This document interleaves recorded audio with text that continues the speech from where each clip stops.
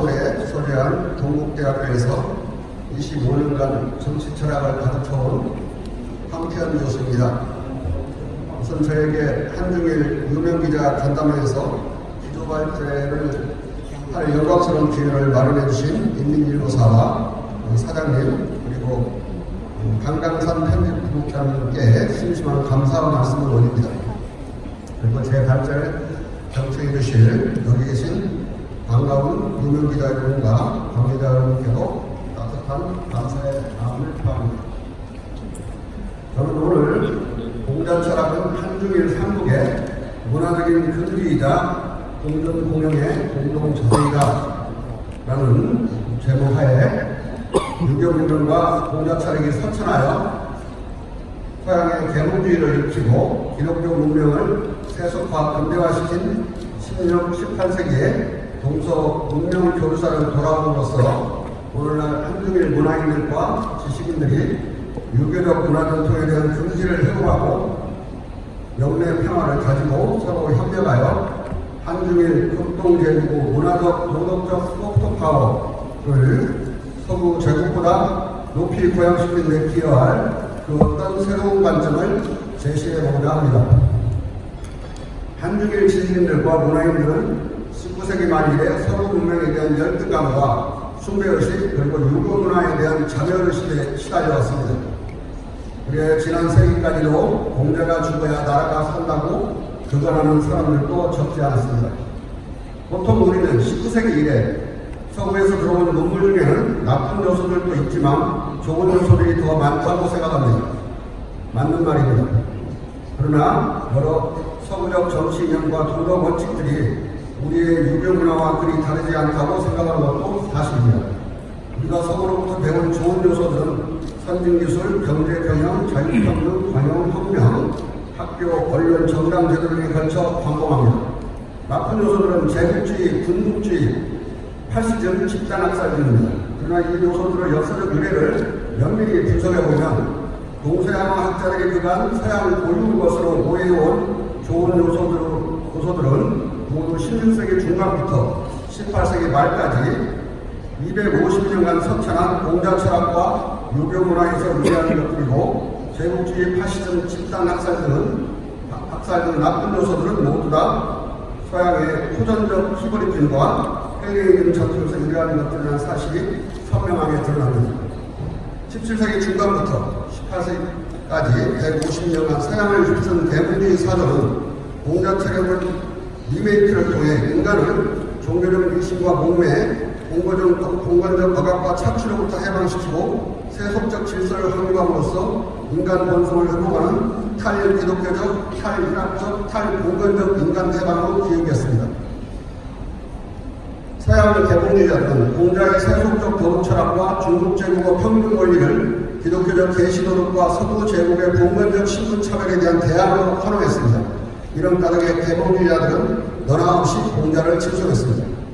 이 개봉주의 운동에 의해 확립된 수많은 사상적, 제도적 근대성의 아이콘들은 모두 서구 개봉 사상가와 개봉군주들이 공자 철학과 중국 제국의 낮은 근대의 문명을 유럽적 경제에서 리메이크해 높은 근대의 눈물로 발전시킨 것들입니다.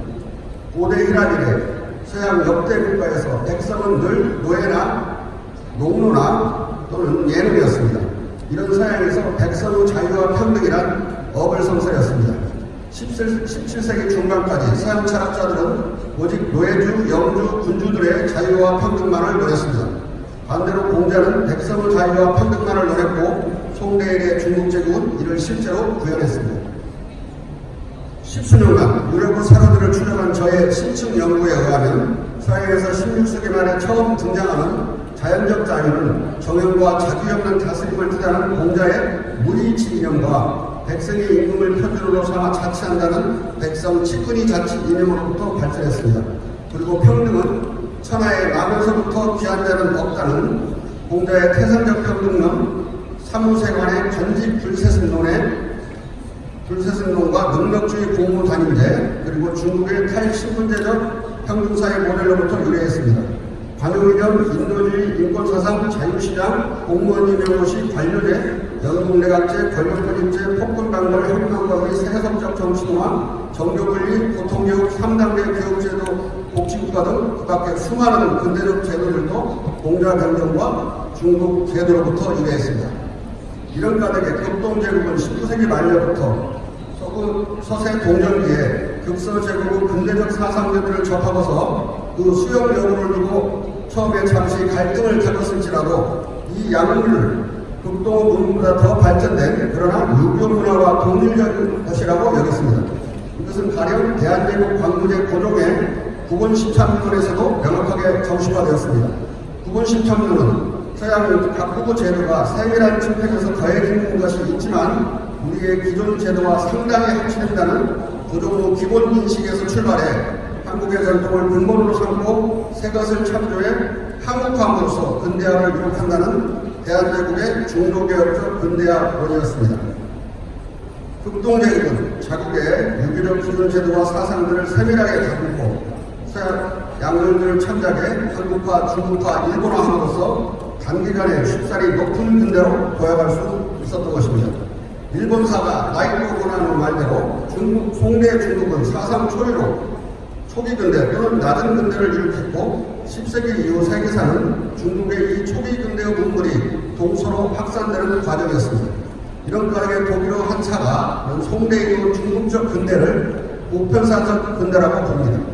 이런 견지에서는 19세기 극동 삼국의 근대화 과제는 흔히 오해하듯이 전 근대에서 근대로의 도약이 아니라 실은 낮은 근대에서 높은 근대로의 도약이었던 것입니다. 극동제국은 이미 낮은 근대에 도달해 있었고 이 때문에 일본이 100년 사이에 영국, 프랑스, 독일을 능가하고 대한제국이 기한 30년 만에 남부의 포르투갈, 그리스를 능가하고 이후 80년 만에 러시아 동부제국과 중남미 제국을 능가하고 11개 극소제국과 대등한 발전을 이루겠고 중국이 아편전 이후 30-40년도 안 되어 도약 단계, 테이크오프 단계를 거쳐 1920년대에 세계 4대 무역대국으로 복귀할 수 있었던 것입니다. 전후에도 중국은 개방 정책을 채택한 지 30년 만인 2010년에 이미 제조업 생산에서 미국을 앞질렀습니다. 우리가 세상 주목해야 하는 것은 세계에서 오직 극동, 극서 이 두 지역만이 높은 근대에 도달하는 데 성공한 반면 유교를 모르는 아프리카, 중앙아시아, 동남아시아, 중동, 동유럽, 남유럽, 중남미 등지의 비유교 국가들은 모두 다 전근대나 비근대에 머물러 있다는 사실입니다. 극동과 극서지역의 높은 근대와 비유교 지역의 전근대, 비근대의 이 세계적 분단에 주목하면 근대화의 DNA가 공자 철학이라는 것이 명확하게 드러납니다. 그렇습니다. 오늘날 세계는 유교 본산 극동제국과 극동으로부터 유교를 적극적으로 수용한 11개 극서제국의 높은 근대 세계와 비유교제국의 전근대, 비근대 세계로 양분되어 있습니다. 우리는 개신교 윤리를 갖춘 국가들만이 근대 자본주의와 근대 문명을 이루할 수 있었다는 막스 베르의 태제와 정반대로 극동의 유교 제국과 극서 유교화된 서구 제국만이 높은 근대로 도약했다는 사실에 특별히 주목해야 합니다. 남부, 동부 가톨릭 정교 제국, 아프리카와 아시아 모든 가톨릭 개신교 국가, 중남미의 가톨릭 제국은 개신교를 믿든 카톨릭을 믿든 모두 민주적 정치 문화가 취약하고 국가체제가 흔들리는 전근대, 비근대의 빈국들이거나 부유한 산유국의 경우에도 전근대적 신분제 국가들입니다. 공자체력과 유교문화가 서구 높은 근대의 DNA였다는 사실은 공자와 가장 무관할 것처럼 보이는 서양 최초의 근대국가 미국의 건국에서도 가장 극적으로 드러납니다. 미국의 국부들은 모두 다 반청교도적, 반개신교적 친중국주의자들이자 공자 숭배자들이었습니다. 특히 반청교도적 무신론자 벤자민 프랭클린은 공자 경전 번역본을 읽고 자기가 소유한 펜실베니아 가든까지에 발췌 연대했고 유교적인 수신을 통해 스스로를 유자로 자부했으며 공자의 정자 정야 명제를 아니스트 이스트 더 베스트 폴리시, 즉 정직은 최선의 정치다로 영역에 미국의 금원으로 만들었습니다. 토마스 제퍼슨은 프랭클린처럼 반청교도적 무신론자로서 개신교를 경멸하며 유교적 평등 자유 관용 이념의 수령에 적극적이었습니다. 제퍼슨이 기초하고 프랭클린이 손질한 미국 독립선언문은 공자와 중국 사이의 기철없는 탈신분제적 평등을 통해서 아담과 이브를 불평등하게 창조한 성서의 불평등 창조를 맞서 만인이 평등하게 창조되었다는 명제를 자유이념에 앞서 처명했습니다. 그리고 제퍼슨은 공자의 정자 정렬을 whole art of government consists in the art of being honest, 정치의 온갖 기술은 정직의 기술이다고 영역하고 자기의 정치적 저명으로 삼았습니다. 그리고 제퍼슨은 3대 대통령에 취임하면서 취임 연설에서 유교를 슬그머니 비나인 리리전이라고 바꿔 부르고 이것을 미국의 도덕적 기준으로 제시했습니다. 신생국가 미국의 초기 정치 사상과 도덕 철학을 주도했던 래프 에머슨과 데이비드 소로도 공자를 숭배한 반개신교적 유자들이었습니다. 그래서 오늘날 미국 학자들은 에머슨을 미국의 공자, 아메리칸 컨푸시우스라고 부르기도 합니다. 소로는 공자 철학을 소화해 미국 고유 철학으로 리메이크했습니다.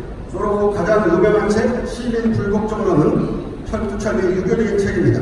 이 책은 소로가 전혀 다스리지 않는 정부가 최선이다는로 번역한 공자의 무이치 명제로 시작해서 책의 결론에 이르러 나라에 도가 있는데 괜찮은 것도 치욕이고 나라가 무도한데 불교한 것도 치욕이라는 공자 명제를 논하고 중국 철학자는 개인을 제국 근거로 간절고 충분히 지혜로웠다는 말로 끝납니다.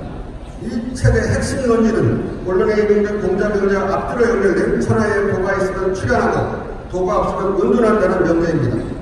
소로의 이상국가는 유교적 은둔자처럼 소수가 초연하게 국가로부터 동떨어져 살더라도 처벌받지 않는 나라였습니다. 미국은 이처럼 유교적 정치 사상에 거북되었지만 이것으로 그치지 않았습니다. 미국 국부들은 그만하면 귀족공화국으로 전락할 뻔한 민주공화국의 위기를 중국의 평등 모델로 극복합니다.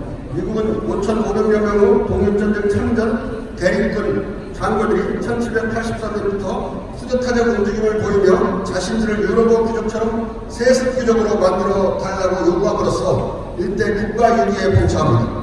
이때 프랭클린 제퍼슨 워싱턴은 분연히 떨쳐나서서 세습 귀족을 인정치 않고 입신양명을 부모의 영예로 돌리는 중국의 평등사의 모델을 들이대며 이 장교들의 쿠데타를 진압했습니다.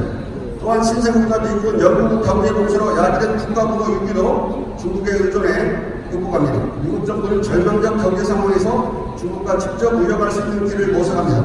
워싱턴 대통령은 중국 정부가 신생국가 미국에 호의를 베풀어줄 거라고 일방적으로 믿고 1780년 2월 22일 자기 자신의 생일날인데요. 첫 상선을 출항시켰습니다. 미국을 구할 360톤급의 이 구명선의 이름은 엠피레스 오브 차이나, 중국의 황후였습니다. 중국 광동정부는 미국인들의 어려운 사정을 전해 듣고 통상을 허락했습니다. 그래야 광동과 미국을 오가는 미국 상선은 10년 만에 42척으로 급증했고 이를 통해 미국은 국가 부도 위기를 극복했습니다. 미국은 이와 같이 유교적 정치 이념으로 건국되었을 뿐만 아니라 중국의 유교적 정치 문화와 경제에 의해 국가 전망의 위기를 극복했습니다. 한마디로 미국 공화국은 유교적 민주공화국으로 탄생한 것입니다. 막스웨프는 미국을 청교도 국가로 착각했습니다만 미국 국부들과 에머슨 소로에 의해 주도된 미국의 건국 정신은 반청교도적 공자 정신이었던 것입니다.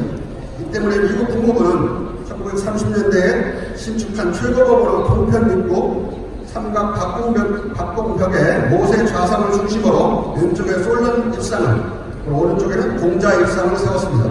이 삼인조 석상들은 오늘날도 그대로 보존되고 있습니다. 아마 여러분들 구글을 통해서 바로 당장 찾아볼 수 있을 것입니다. 개신교가 중시하는 예수님적인 이 삼인조 석상을 세운 주각과 험한 맥밀은 이 석상들이 동방으로부터 유래한 기본법과 준칙들을 표현하는 것이라고 봤습니다. 미국이 유교적 민주공화국으로 탄생했다는 사실은 1930년대까지도 이렇게 잊히지 않았던 것입니다. 오늘날 미국인들이 만약 미국 탄생의 역사를 다시 상기한다면 중미관계는 훨씬 더 좋아질 수 있을 것입니다. 중국의 낙후성을 공자 탓으로 돌렸던 막스 베버의 역사 날조와 정반대로 공자는 실은 극동, 극서 두 지역의 근대화 동력이었습니다. 중세의 어둠 속에 깊이 잠들었던 서구 문명을 깨고 근대화시킨 것도 유교였고 한중일 삼국의 신속한 고도 근대화를 고취하고 가능케 한 결정적 동력도 유교였습니다. 이런 의미에서 공자는 한중일 삼국의 세계사적 긍지입니다. 또 공자는 극동, 극서의 온 백성을 해방하고 온 세상을 사회 현대주의적 인도와 평화로 일깨운 유일한 서문이었고 지금도 그렇습니다. 공자는 극동제국의 영래평화와 공전공영을 위한 한중일 삼국의 유리한 문화적 공동자산입니다. 한중일 삼국은 공자를 버리고 서양의 나쁜 요소들을 수용했을 때 유혈 갈등을 맺혀버렸습니다. 그러나 우리가 공자와 유교적 생활 도덕을 길이 지킨다면 우리 한중일 삼국은 길이 평화롭게 공동 번영할 수 있을 것입니다. 이 주제의 연극은 저의 양력에 소개된 10여권의 책으로 이미 출판되었습니다. 이 발제가 여러분들에게 큰 사색거리가 되기를 감히 바랄 수 없겠습니다만은 지나가는 이야기의 소리거리라도 된다면 저로서는 큰 영광이겠습니다. 경청해 주셔서 감사합니다.